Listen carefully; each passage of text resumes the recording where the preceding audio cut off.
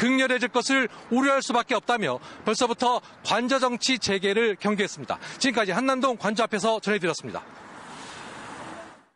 윤 대통령이 석방되자 국민의힘은 또다시 탄핵 반대에 열을 올리고 있습니다.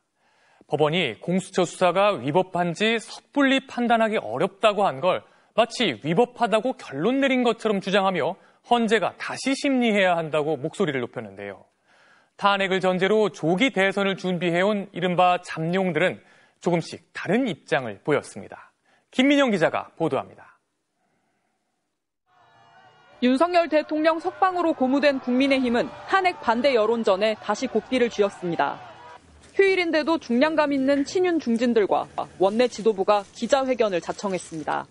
권성동 원내대표는 심우정 검찰총장의 탄핵 소추를 예고한 더불어민주당을 향해 한 달에 한 번씩 친목 모임 하듯 탄핵 소추한다고 비꼬았습니다. 내라도 수사 권한이 없는 공수처가 수사한 부분, 이런 부분을 다 두루 고려해서 공정하게 탄핵 심판도 결론을 내려야 한다. 저는 그렇게 생각합니다. 친윤계 중진들은 한 발 더 나아가 본격적으로 헌법재판소를 겨냥했습니다. 법원은 구속 취소 결정문에 공수처 수사가 위법한지 섣불리 판단하기 어렵다고 적었지만 이들은 공수처 수사의 위법성이 확인된 만큼 탄핵 심판도 각하하거나 기각하라고 요구했습니다.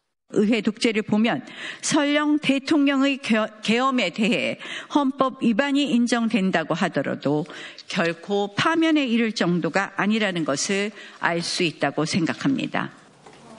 공수처는 폐지하고 대통령 석방을 반대한 검찰 수사팀은 오히려 수사를 받아야 한다고도 목소리를 높였습니다. 조기 대선 예열 모드에 들어갔던 잠룡들 입장은 조금씩 달랐습니다. 친윤계 김문수, 원희룡, 전현직 장관들은 탄핵 심판 변론을 다시 시작하라, 한덕수 총리부터 직무 복귀시키라며 지지층과 발을 맞췄습니다. 반면 탄핵 찬성파 안철수 의원은 윤 대통령은 헌재 결정을 수용하겠다고 천명하라고 요구했습니다. 한동훈 전 대표는 윤 대통령 석방에 대해 입장을 내놓지 않았습니다. 친한계 관계자들은 비상계엄을 일관되게 반대했고 달라진 건 없다, 전혀 위축된 분위기가 아니라고 전했습니다. 다만 여당의 조기 대선 분위기가 더 늦어질 거란 내부 우려도 있었습니다. 국민의힘 한 의원은 MBC와 통화에서 야당은 이미 대선 행진을 하고 있는데 국민의힘은 조기 대선 언급을 할 수 없는 건 여전히 딜레마라고 우려했습니다. MBC 뉴스 김민영입니다. 윤 대통령 탄핵 심판 선고는 이번 주에 나올 것으로 예상됩니다. 이에 따라 헌법재판소 주변의 경비태세도 강화되고 있는데요. 윤 대통령의 석방이 탄핵 심판엔 별 영향을 미치기 어렵다는 게 법조계의 중론입니다. 김현지 기자가 보도합니다. 윤석열 대통령 탄핵 심판 선고일은 이번 주 금요일 14일이 유력합니다. 노무현 박근혜 전 대통령 탄핵 심판 때도 마지막 변론이 끝나고 약 2주 뒤 금요일에 선고됐습니다.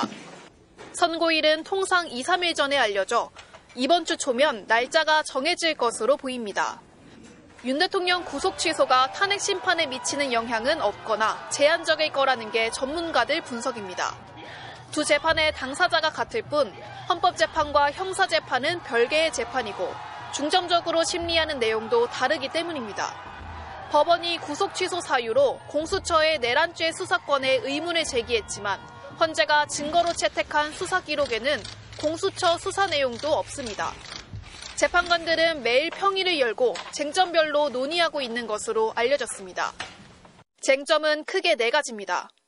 비상계엄 선포 요건을 위반했는지, 계엄 선포 전 국무회의가 위법했는지, 국회 활동 방해와 선관위 장악 지시를 했는지, 정치인 체포를 시도했는지 사실관계를 따져 중대한 헌법 위반이 확인되면 윤 대통령은 즉시 파면되고 반대면 직무에 복귀합니다. 윤 대통령은 위헌 위법은 없었다고 주장합니다. 계엄 해제 결의를 위해 국회에 모인 국회의원들을 끌어내라고 지시한 적이 있으십니까? 없습니다. 하지만 이를 반박하는 증언은 많습니다. 문을 부수고서라도 들어가라는 말을 누구한테 들었습니까? 그건 대통령이 말씀하신 겁니다. 통상의 국무회의와는 매우 달랐고 실체적 형식적 흠결이 있었다. 그러나 경비태세도 강화되고 있습니다.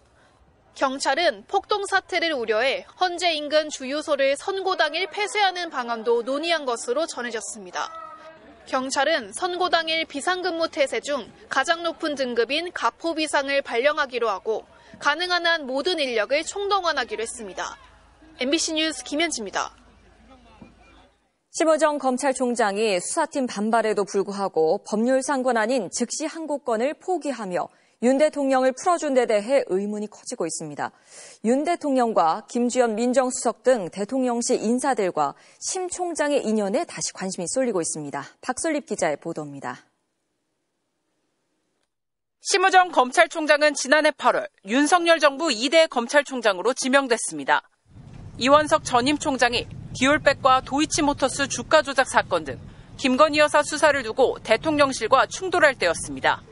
윤 대통령이 권력형 비리에 능통한 특수통이 아닌 기획통으로 불리는 심 총장을 낙점한 것도 이런 배경 때문이라는 해석이 나왔습니다. 심 총장은 2017년 윤 대통령 중앙지검장 시절 형사 1부장을 지냈습니다.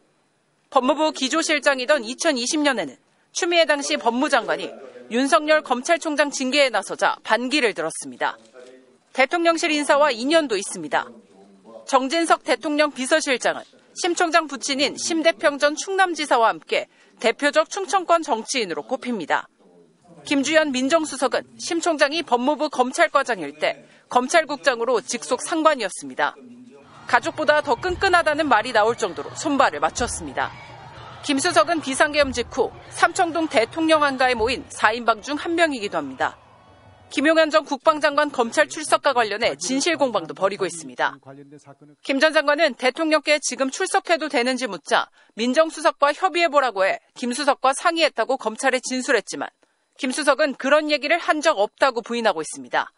비슷한 시기 심 총장도 김선호 국방부 차관을 통해 김 전 장관 연락처를 확보하려 한 정황도 드러났습니다. 심 총장은 취임 전 앞으로 대통령실과 관계에 대해 이렇게 답했습니다. 검찰이 정치적 중립성을 지키면서 일을 하는 것이 가장 중요하고 또 그렇게 하기 위한 검찰총장의 역할과 책임이 큽니다. 심 총장은 수사팀 반발에도 불구하고 법률상 권한인 즉시 항고권을 쓰지 않고 윤 대통령을 풀어줬습니다. 즉시 항고권의 위헌 논란을 언급했는데 10년 전에는 법무부가 즉시 항고권이 필요하다는 취지의 의견을 밝혔던 것으로도 드러났습니다. 심 총장의 석방 지휘 지시가 정치적 중립성을 지킨 것인지 의문이 이어지고 있습니다. MBC 뉴스 박솔립입니다.